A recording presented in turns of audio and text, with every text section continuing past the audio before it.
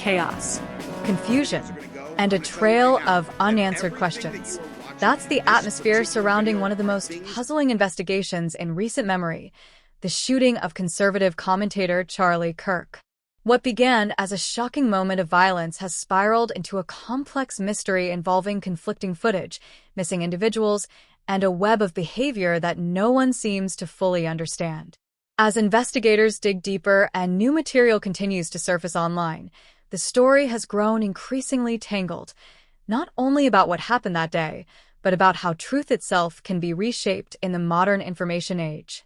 At the center of this growing intrigue is one name that refuses to fade: Lance Twiggs. His sudden disappearance, and a newly surfaced video that may show him near the scene, could reshape everything we thought we knew about this case. The video appeared quietly online. At first, it looked like an ordinary piece of surveillance footage, grainy, low resolution, and easy to overlook. But within hours, it spread rapidly across social media, analyzed frame by investigators, journalists, and independent researchers. The clip appears to show a man leaving a small brick building just a few blocks from where the shooting took place. The timestamp puts it roughly 30 minutes after the gunfire ended. He walks quickly, glancing over his shoulder, seemingly aware of his surroundings. Then, noticing a camera pointed in his direction, he reaches into his pocket, pulls out a phone, and raises it to his ear as though taking a call. He tilts his head downward, lowering his face beneath the brim of his cap and the fall of his hair. It lasts only a few seconds, but those seconds have sparked intense debate.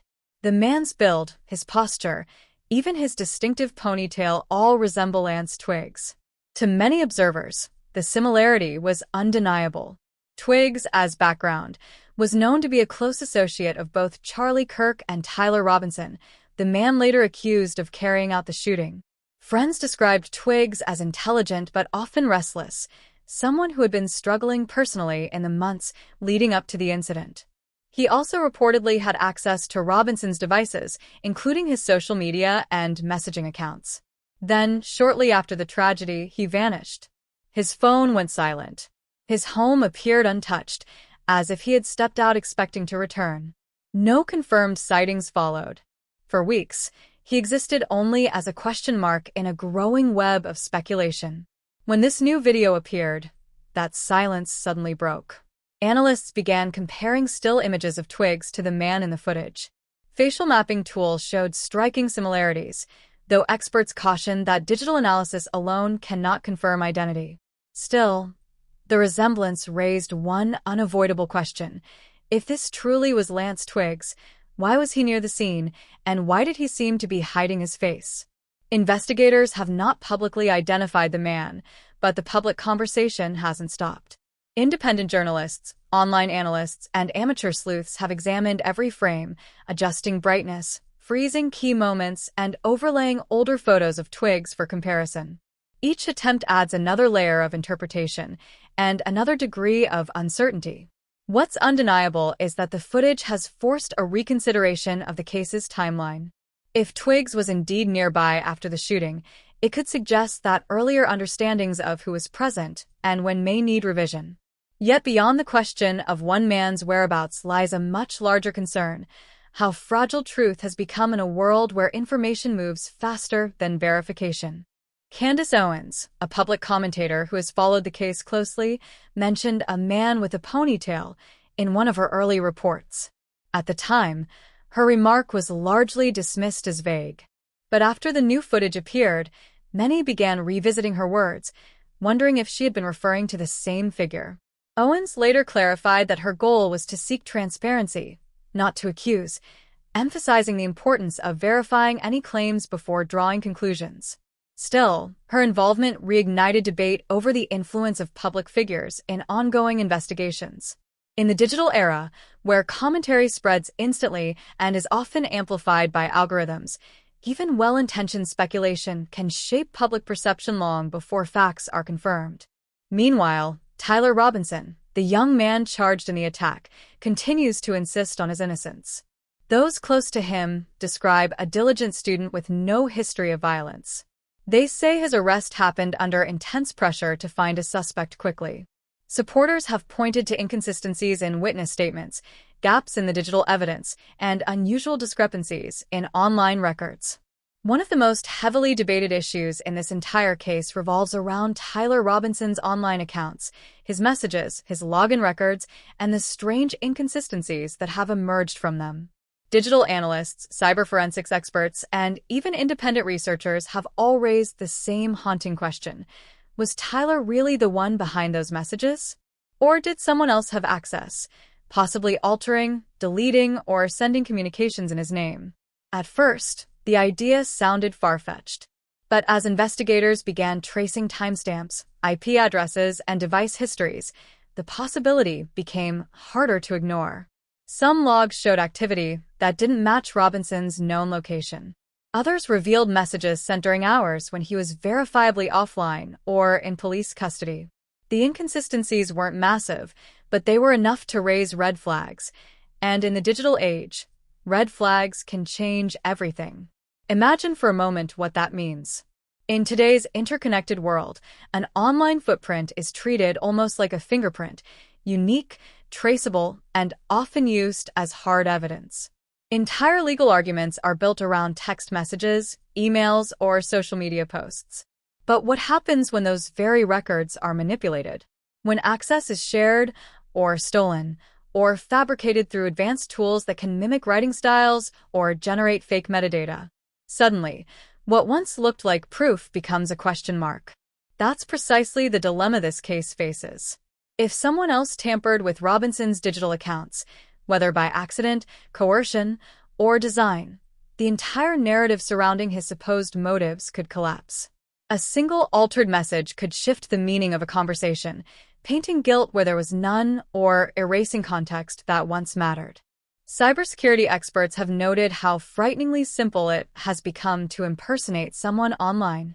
Phishing links, remote access programs, clone devices, even deepfake voice tools, all are capable of blurring digital identity. One expert who reviewed portions of the leaked evidence stated, if even one account was compromised, every digital record tied to it must be reconsidered. And that's the chilling truth. In the digital era, data without context is dangerous. Screenshots can lie. Metadata can be spoofed. Conversations can be edited mid-thread. Yet the public rarely sees these nuances. Instead, we see viral fragments presented as absolute truth. Investigators have yet to verify these tampering claims, but their silence has only fueled speculation. Some argue they are working quietly to confirm technical details. Others believe the case has become so politicized that every update is filtered through competing agendas before it reaches the public. Either way, the uncertainty has created a vacuum, and the internet, as always, has rushed to fill it. Meanwhile, as this case unfolded, the coverage itself became part of the story. Every network, every commentator, every influencer seemed to have their own version of events. Cable news panels framed it as a question of political motivation. Independent podcasts turned it into a symbol of corruption and control. Online communities dissected every pixel of every frame, convinced they could see what mainstream media refused to show. Social media, once celebrated for giving ordinary people a voice, instead magnified the noise. Doctored clips circulated within hours. Slowed footage made ordinary movements seem sinister. Posts cropped out context to fit emotional narratives. And soon, the public wasn't debating facts. They were debating interpretations of interpretations. One viral post claimed to show a text Robinson allegedly sent moments before the shooting, a message that, if real, could imply intent. Within days, that image had been reposted hundreds of thousands of times. But later forensic checks revealed discrepancies in the timestamp and typeface. It wasn't a message from Robinson's verified account. By the time that clarification emerged, however, it barely mattered. The perception had already hardened into truth in the minds of millions. That is the paradox of the modern media age. Information travels faster than verification, and once a narrative takes root, correction almost never catches up. Experts in media ethics have been sounding alarms about this phenomenon for years. They warn that digital chaos doesn't just confuse the public, it erodes trust entirely. When every clip can be edited, every witness disputed, and every headline spun in opposite directions, people stop believing in the possibility of objective truth. They stop trusting journalists, institutions, even their own eyes. The Charlie Kirk investigation has now become a textbook example of this erosion. It shows how facts can dissolve into fragments and how those fragments, emotional, visual, decontextualized, can dominate discourse far more powerfully than evidence itself. Take, for instance, the mysterious footage of the man leaving the building. It appeared online late one night and, within hours, spread like wildfire. In its raw form, it was unremarkable. A man exits a doorway, looks around, pulls out his phone, and walks away. But on social media, that clip transformed into something else entirely. One channel slowed it down to half speed and added suspenseful music, turning an ordinary glance into a look of guilt. Another version cropped out the timestamp, making it seem as though it was filmed at a different time. A third inserted a bright red circle around the man's hand, claiming he was carrying a weapon, though no such object was visible in the original frame. By the time digital forensic specialists finally reviewed the authentic footage, the damage was done. Public opinion had already reached its verdict. Millions had shared, commented, and argued over versions of a video that no longer resembled the truth. That, more than anything, highlights the challenge of modern reporting. Perception now moves faster than proof. A single image, once stripped of its context, can become an entire story. People engage emotionally before they engage rationally, and algorithms reward outrage over accuracy. Even the most diligent investigators struggle to compete with the speed and volume of misinformation. Through all this noise, one question still lingers like a shadow. What happened to Lance Twiggs? His disappearance remains the most haunting thread in the entire saga. Twiggs, once known as a quiet but resourceful figure in Charlie Kirk's circle, has effectively vanished. The few seconds of footage that might show him, the same footage at the center of so much debate, only deepen the mystery. Was he a frightened witness, running from something he saw? Or did he vanish deliberately to avoid questions that might reveal a deeper involvement? Theories abound. Some claim he left the country. Others think he is in hiding under a different identity. Law enforcement insists the search continues, yet no official updates have surfaced in months. Family members have refused interviews, citing concerns for safety and integrity. Even close friends describe his disappearance as eerily quiet. No digital traces, no withdrawals, no messages, nothing. And so Twiggs remains, at least in the public imagination, a ghost. A name whispered across forums and news feeds, attached to questions no one can conclusively answer. Perhaps what unsettles people most about this entire story isn't just the violence that began it, but what came after. The chaos of meaning that followed. In the days and weeks after the incident, misinformation didn't merely spread, it multiplied, branching into countless parallel realities. In one version of events, Robinson was a mastermind acting alone. In another, he was framed. In a third, Twiggs was the hidden link between multiple parties. Every group online found evidence that confirmed its own expectations. Each clip, each rumor, each leak reinforced what people already believed. This is the real danger of the digital age, when truth becomes a matter of preference. The Charlie Kirk case has stopped being just a criminal investigation. It has evolved into a cultural mirror, reflecting our collective struggle to separate truth from noise. Every repost, every cropped video, every heated comment adds to that fog of uncertainty, pushing clarity further away. It's a story about more than one man's guilt or innocence. It's about how easily perception can be manufactured and how quickly it can overpower fact. It's about the emotional speed of information, how outrage spreads instantly while evidence crawls. And yet, amid the noise, a sobering realization persists. Somewhere beneath the speculation, there's a real story. Something actually happened. Someone actually knows. The truth is not gone. It's just buried, waiting for those willing to look carefully, question assumptions, and resist the easy narratives. The disappearance of Lance Twiggs, the mystery of Robinson's accounts, the manipulation of footage, they are all threads in the same tapestry, illustrating a world where facts compete with fiction on equal footing. In this era, truth is no longer a destination we arrive at. It's a pursuit that demands vigilance.